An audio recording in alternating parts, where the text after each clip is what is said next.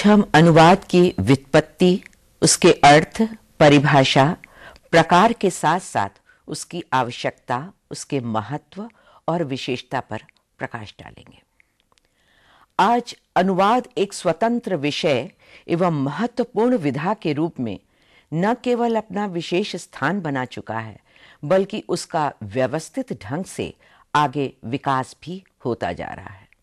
किसी भी देश समाज की साहित्यिक और सांस्कृतिक उत्कृष्टता का दर्पण मौलिक रचना के समान अनुवाद भी होता है, क्योंकि अनुवाद ही वह अकेला माध्यम है जिसकी सहायता से विभिन्न सभ्यताओं और संस्कृतियों, धर्मों एवं सामाजिक स्तरों से देश विदेश में संवाद स्थापित हो पाता है।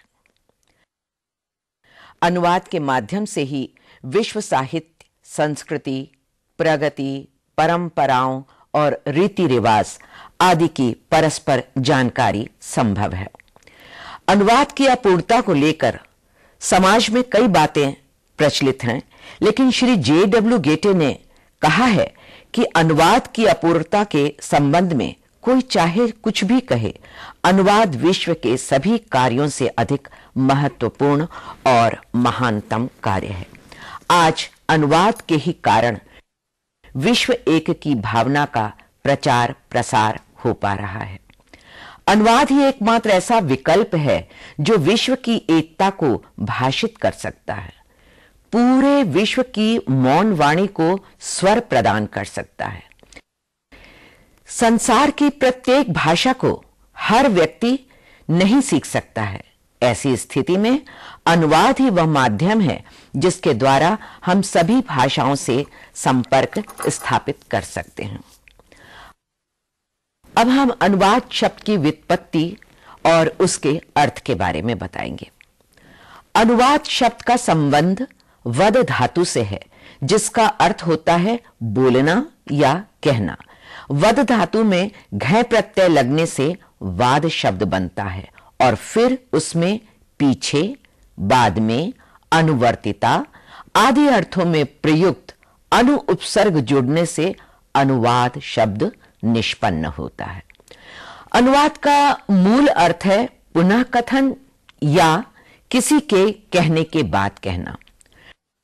शब्दार्थ चिंतामणि कोश में अनुवाद का अर्थ प्राप्तस्य पुनः कथने या ज्ञातार्थस्य प्रतिपादने, अर्थात पहले कहे गए अर्थ को फिर से कहना दिया गया है। प्राचीन भारत में शिक्षा की मौलिक परंपरा थी। गुरु जो कहते थे, शिष्य उसे दोहराते थे। इस दोहराने को भी अनुवाद या अनुवचन कहते थे। अनुवाक भी मूलतः यही था, हालांकि बाद में इसका अर्थ वेद का कोई प्रभाग यानी सेक्शन हो गया। मूलतः शायद उतना भाग जिसे एक बार गुरु से सुनकर दोहराया या पढ़ा लिखा जा सके। वैदिक संस्कृत के प्राचीनतम रूप में उपसर्ग का प्रयोग मूल क्रिया से अलग होता रहा है। बाद में दोनों को मिलाकर प्रयोग किया जाने लगा। अनुवाद के अनु और वद का भी अलग प्रयोग मिलता है।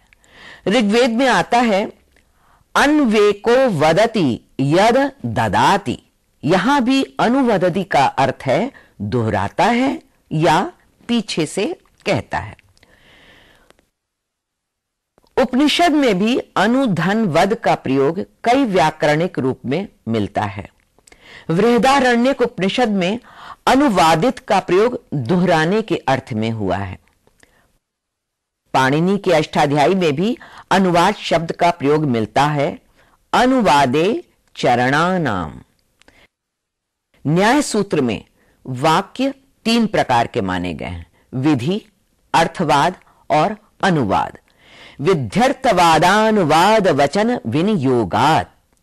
न्याय सूत्र में ही कहीं और अनुवाद को स्पष्ट करते हुए कहा गया है कि विधि तथा विहित का पुनः कथन अनुवाद है। संस्कृत साहित्य में गुणानुवाद शब्द का प्रयोग गुण के बार बार कहने के लिए हुआ है।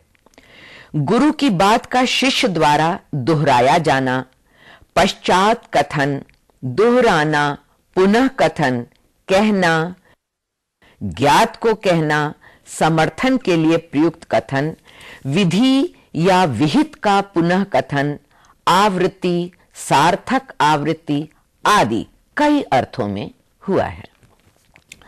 अनुवाद मूलतः पुनः कथन या किसी के कहे जाने के बाद का कथन है और आज के प्रयोग में भी वह किसी के कथन का पुनः कथन ही है। एक भाषा में किसी के द्वारा कही गई बात को दूसरी भाषा में पुनः कथन। कुछ लोगों की ऐसी धारणा है कि प्राचीन भारत में विशेषतः संस्कृत में अनुवाद होते ही नहीं थे, किंतु डॉक्टर भोलानाथ तिवारी का कहना है कि ऐसे प्रबुद्ध देश ने दूसरों से जो कुछ भी ग्रहणीय पाया उसे लिया, जैसे ज्योतिष के क्षेत्र में, वास्तुकला है, चिकित्सा आदि कई क्षेत्र में। अतः यह भी सर्वथा संभव है कि अनुवाद भी हुए ही होंगे। वैसे प्राकृत भाषा से संस्कृत भाषा में, संस्कृत नाटकों में स्त्रियों और नौकरों में प्राकृत वाक्यों, छंदों या गीतों आदि को प्राकृत के साथ साथ संस्कृत में भी देने की परंपरा रही है, जिसे संस्कृत में छाया कहते हैं। यह भी एक प्रकार का अनुवाद ही है। इस तरह विशेष प्रकार के अनुवाद के लिए छाया शब्द काफी पुराना है। आधुनिक भारतीय आर्य भाषा काल में 14वीं 15वीं सदी से ही ज्योतिष, वैद्यक, नीति, कथावार्ता तथा अन्य भी अनेक विषयों के संस्कृत ग्रंथों के हिंदी में अनुवाद, भाषांतरण होने लगे थे, जिन्हें भाषा टीका कहते थे। इस प्रयोग में भाषा का अर्थ तो बोलचाल की भाषा अर्थात हिंदी है। कबीर ने इसी अर्थ में संस्कृत को कूपजल तथा तत्कालीन बोलचाल की भाषा को बहता नीर कहा था। टीका का अर्थ भी अनुवाद ही है। इसे कभी कभी हिंदी टीका तथा कदाचित भाषा अनुवाद भी कहते थे। आगे चलकर फारसी, अरबी के प्रचार के कारण तर्जुमा शब्द भी चल पड़ा। तर्जुमा शब्द का उदाहरण हमें भारतेंदु हरिश्चंद्र सन 1861 में उन्होंने अपनी अनुवाद रत्नावली में लिखा था कि नाटकों का तर्जुमा प्रकाशित होता जाएगा। तो इससे प्रतीत होता है कि तर्जुमा शब्द भी चल पड़ा था। इन शब्दों के साथ साथ इसी अर्थ में एक उल्था शब्द भी चल रहा था। इस तरह हम देखते हैं कि परंपरागत रूप से कालक्रम के साथ छाया, टीका, भाषानुवाद, तर्जुमा तथा उल्था शब्द अपने यहां चल रहे थे और 19वीं सदी के उत्तरार्ध में हिंदी में अनुवाद शब्द भी इसी अर्थ में आ गया था। तो ये थी उसकी व्युत्पत्ति, उसका अर्थ। अब प्रश्न उठता है कि अनुवाद है क्या? तो किसी एक भाषा की किसी सामग्री का दूसरी भाषा में रूपांतर ही अनुवाद है। अनुवाद का कार्य है एक यानी स्रोत भाषा में व्यक्त विचारों को दूसरी यानी लक्ष्य भाषा में व्यक्त करना, किंतु यह व्यक्त करना सरल कार्य नहीं है। होता यह है कि हर भाषा विशिष्ट परिवेश में पनपती है, इसलिए उसकी अपनी ध्वन्यात्मक, शाब्दिक, रूपात्मक, वाक्यात्मक, आर्थिक और मुहावरे विषयक आदि निजी विशेषताएं होती हैं, जो अन्य भाषाओं से कुछ या अधिक भिन्न होती हैं। अब हम अनुवाद की परिभाषा पर आते हैं। अनुवाद की प्रक्रिया तो जटिल है ही, उसको परिभाषित करना भी उतना ही कठिन है। कई मनीषियों, भाषाविदों तथा अनुवादकों ने इसे परिभाषित करने की चेष्टा की है। डॉक्टर भोलानाथ तिवारी के अनुसार भाषा की क्या परिभाषा है? देखिए, भाषा ध्वन्यात्मक प्रतीकों की व्यवस्था है और अनुवाद है इन्हीं प्रतीकों का प्रतिस्थापन, अर्थात एक भाषा के प्रतीकों के स्थान पर दूसरी भाषा के निकटतम, समतुल्य और सहज प्रतीकों का प्रयोग। इस प्रकार अनुवाद निकटतम, समतुल्य और सहज प्रतीकन है। प्रतीकन अर्थात स्रोत भाषा के प्रतीकों के स्थान पर लक्ष्य भाषा के प्रतीकों को रखना। डॉक्टर रविंद्रनाथ श्रीवास्तव के अनुसार देखिए क्या परिभाषा है। एक भाषा यानी स्रोत भाषा की पाठ सामग्री में अंतर्निहित तथ्य का समतुल्यता के आधार पर दूसरी भाषा यानी लक्ष्य भाषा में संगठनात्मक रूपांतरण अथवा सर्जनात्मक पुनर्गठन ही अनुवाद कहा जाता है। अंग्रेजी के प्रसिद्ध विद्वान नाइडा के अनुसार स्रोत भाषा में कही गई बात को लक्ष्य भाषा में उसकी सहज और निकटतम समानार्थी शब्द द्वारा व्यक्त करना अनुवाद है, और यह समानता अर्थ तथा शैली दोनों की होनी चाहिए। यद्यपि प्रथम स्थान अर्थ को ही दिया गया है।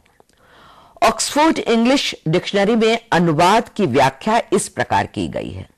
The action or process of tuning from one language into another, also the product of the version in a different language। अर्थात अनुवाद वह प्रक्रिया है जिसके द्वारा एक भाषा में कही गई बात को दूसरी भाषा में रूपांतरित किया जाता है। इन विभिन्न परिभाषाओं को देखने और पढ़ने के बाद जो तथ्य हमारे सामने आते हैं वे इस प्रकार हैं। पहला, स्रोत भाषा में कही गई बात को पूरी तरह लक्ष्य भाषा में प्रकट करना होता है, लेकिन इस प्रक्रिया में अनुवादक को लक्ष्य और स्रोत दोनों भाषाओं का समान ज्ञान आवश्यक होता है। दूसरा, अनुवाद की गई रचना को पढ़ते समय पाठकों को नहीं लगना चाहिए कि वे मूल रचना को नहीं पढ़ रहे हैं। यानी अनुवाद की हुई भाषा को भी पढ़ने के बाद ऐसा लगना चाहिए कि हम मूल रचना ही पढ़ रहे हैं, उसके भाव में किसी प्रकार का परिवर्तन नहीं आना चाहिए।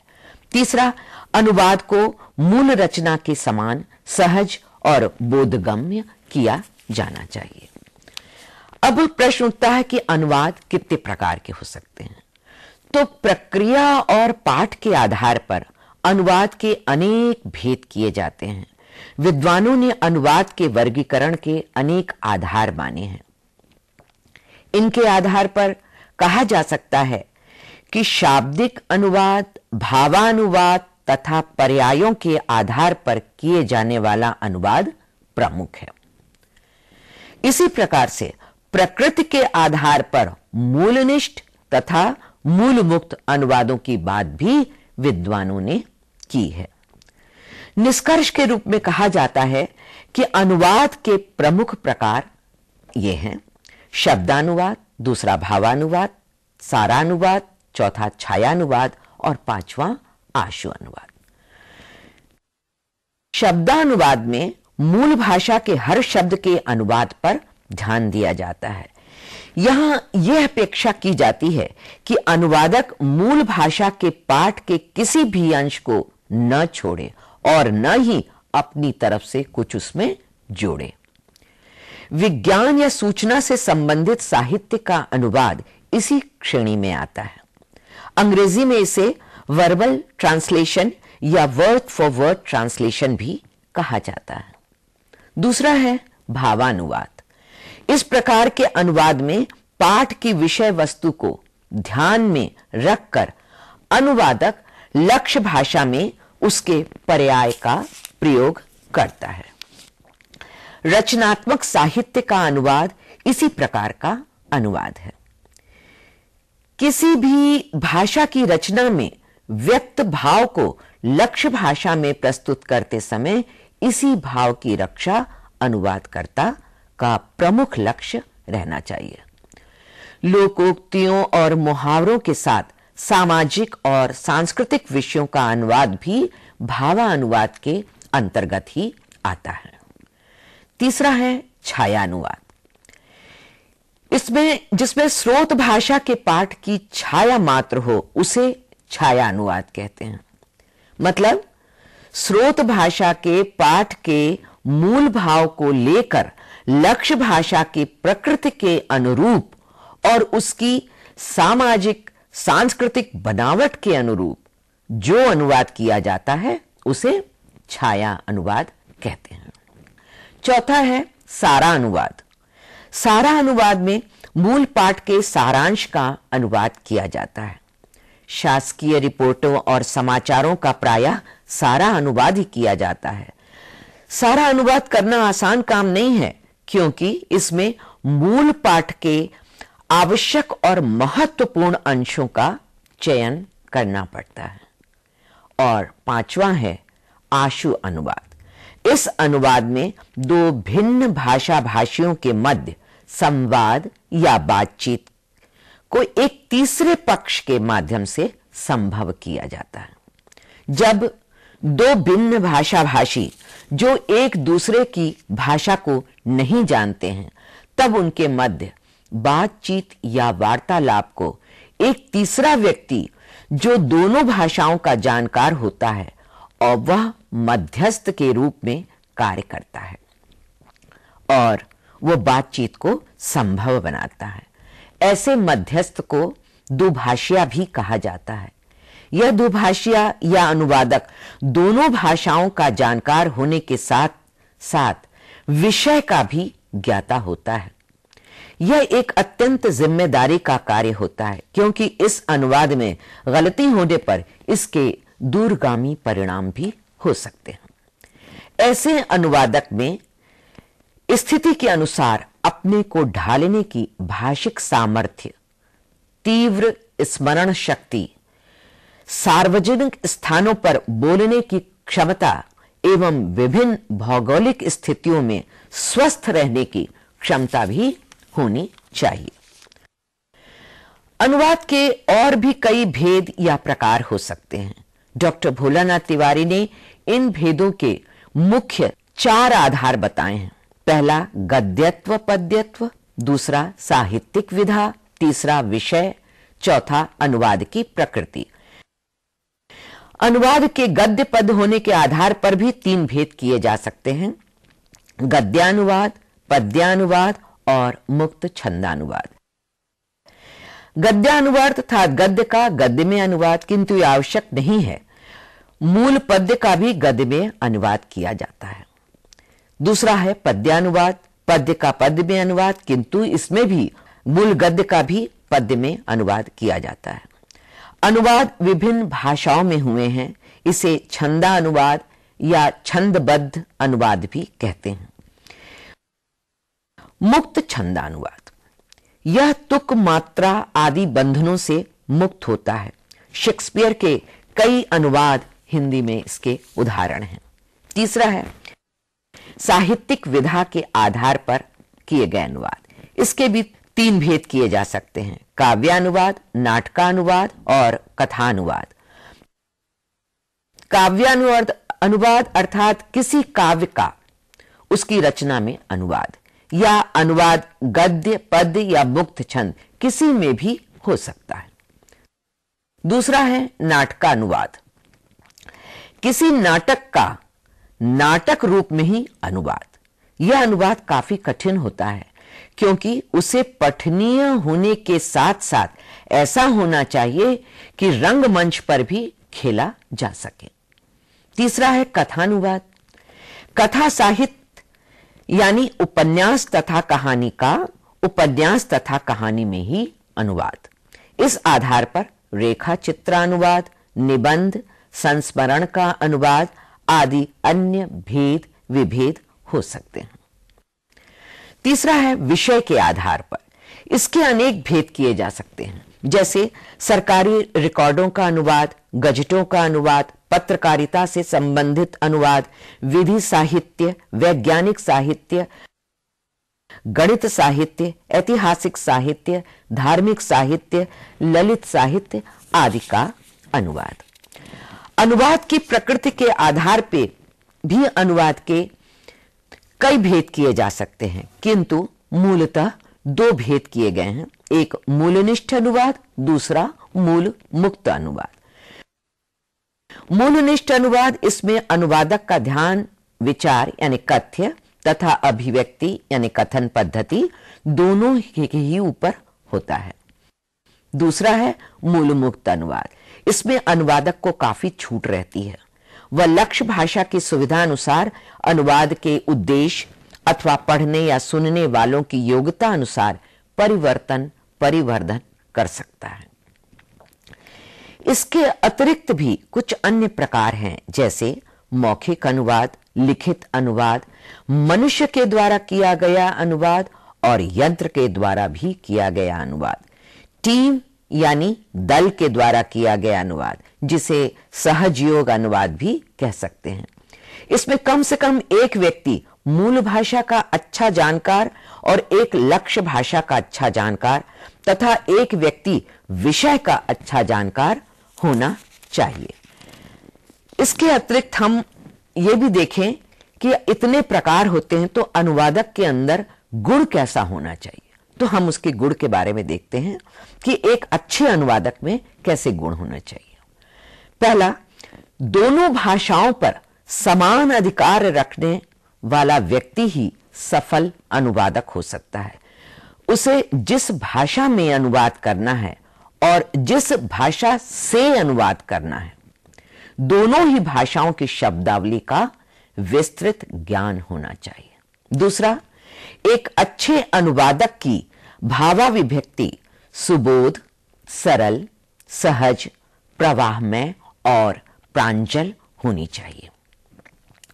तीसरा, अच्छे अनुवाद के लिए अनुवादक का स्रोत भाषा और लक्ष्य भाषा पर पूरा अधिकार होना चाहिए। चौथा, अनुवाद करते समय रचना का मूल भाव नष्ट नहीं होना चाहिए।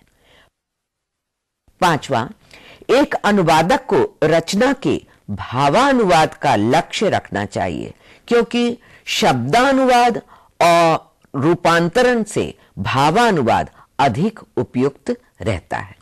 छठवां, अनुवाद किए जाने वाले अवतरण को बार बार पढ़कर उसका भाव आत्मसात करने के बाद ही अनुवाद करना चाहिए। तो ये सारे गुण यदि किसी अनुवादक में हैं, तो वह एक श्रेष्ठ अनुवाद प्रस्तुत कर सकता है। अब हम अनुवाद के महत्व और उसकी विशेषता को। आज विश्व की बदलती हुई परिस्थितियों में अनुवाद का महत्व दिन प्रतिदिन बढ़ता ही जा रहा है। वास्तव में अब विश्व एक इकाई हो गया है। ऐसी स्थिति में प्रतिक्षण यह जानने की आवश्यकता होती है कि किसने क्या कहा, किसने क्या लिखा। आज हम अनुवाद के द्वारा दूसरी भाषाओं के साहित्य, चाहे वो गद्य में हो या पद्य में, उससे तो हम परिचित होते ही हैं। साथ ही दूसरे देशों के विचार, अनुसंधान, कार्य, राजनीतिक हलचल, सामाजिक सांस्कृतिक विचारधाराएं भी हमें प्राप्त होती हैं। मनुष्य के पास समय और साधन की कमी है। अनुवादक द्वारा किया गया कार्य कम समय में ही सबको उपलब्ध हो जाता है। अनुवादक प्राचीन और नए के बीच कड़ी स्थापित करता है और एक देश और दूसरे देश, एक अंचल और दूसरे अंचल के बीच सेतु का कार्य करता है। संसार की प्रमुख भाषाएं अंग्रेजी, चीनी, जापानी, जर्मन, फ्रांसीसी, रूसी, अरबी से अनुवाद की आवश्यकता निरंतर बनी रहती है। अनुवाद का महत्व अत्यधिक बढ़ जाने के कारण ही कंप्यूटर अनुवाद के क्षेत्र में कई देश पदार्पण कर चुके हैं। भारत भी इस दिशा में प्रयत्नशील है। साहित्य की विभिन्न विधाओं के अतिरिक्त अनुवाद की आवश्यकता कई क्षेत्रों में बढ़ती जा रही है, जैसे दूसरे देशों द्वारा किया गया शोध कार्य, दूसरा भारत तथा प्रमुख देशों के साहित्य की जानकारी, तीसरा विधि न्याय संबंधी निर्णयों की जानकारी, चौथा व्यापारिक क्षेत्रों में आदान प्रदान, पांचवा विश्व की प्रमुख संस्कृतियों का परिचय, छठवां कार्यालयीन द्विभाषिकता, सातवां पर्यटन देश और विदेश के संदर्भ में, 8वां विश्व की श्रेष्ठ कृतियों का ज्ञान, 9वां अंतरराष्ट्रीय सम्मेलन, 10वां सामान्य ज्ञान, 11वां पत्रकारिता के क्षेत्र में तथा 12वां विश्व के विविध देशों में परस्पर वैचारिक स्तर पर आदान प्रदान आदि कई क्षेत्रों में। यहां मैं ये भी स्पष्ट करना चाहूंगी कि 15 अगस्त सन 1947 के बाद हिंदी के अनुवाद की बात बड़ी गंभीरता के सामने हमारे देश में आई। जब 14 सितंबर 1949 को यह निर्णय लिया गया कि संघ की राजभाषा हिंदी होगी, तो हिंदी के प्रचार प्रसार का काम प्राथमिकता के आधार पर प्रारंभ किया गया। क्योंकि देश गुलामी की दास्ता से मुक्त हुआ था, इसलिए पूरी शासकीय सामग्री अंग्रेजी में उपलब्ध थी। इस उपलब्ध सामग्री को हिंदी में अनुवाद किए बिना हिंदी के प्रचार प्रसार का काम संभव ही नहीं था। इसलिए दिल्ली में सरकार ने केंद्रीय अनुवाद ब्यूरो की स्थापना की। अब हम अंत में अनुवाद की विशेषता बताते हैं। अनुवाद के द्वारा एक भाषा में उपलब्ध ज्ञान को दूसरी भाषा में रूपांतरित किया जा सकता है। दूसरा, अनुवाद विश्व की विभिन्न भाषाओं के मध्य रचनात्मक, विचारात्मक और कार्यात्मक सामंजस्य स्थापित करने का सशक्त माध्यम है। तीसरा, अनुवाद के द्वारा विभिन्न भाषा भाषी समुदायों के मध्य संवाद और संपर्क स्थापित किया जा सकता है। चौथा, अनुवाद अनेकता में एकता स्थापित करने का महत्वपूर्ण साधन है। पांचवा, अनुवाद विभिन्न भाषाओं के मध्य होने वाले विवादों को समाप्त करता है। छठा, अनुवाद दो संस्कृतियों के बीच सांस्कृतिक सेतु का महत्वपूर्ण कार्य करता है। और सातवां, अनुवाद पूरे विश्व को एक कुटुंब के रूप में स्थापित करने और एकता अभिन्नता के सूत्र में बांधने का महत्वपूर्ण कार्य भी करता है। इस तरह यह कहा जा सकता है कि जिस प्रकार तीव्र गति के वाहन, तुरंत संचरण करने वाले संचार माध्यम, हमारा इलेक्ट्रॉनिक मीडिया, प्रिंट मीडिया आदि आज अनिवार्य हो गए हैं, उसी प्रकार अनुवाद भी आज अधिक प्रासंगिक एवं महत्वपूर्ण हो गया है।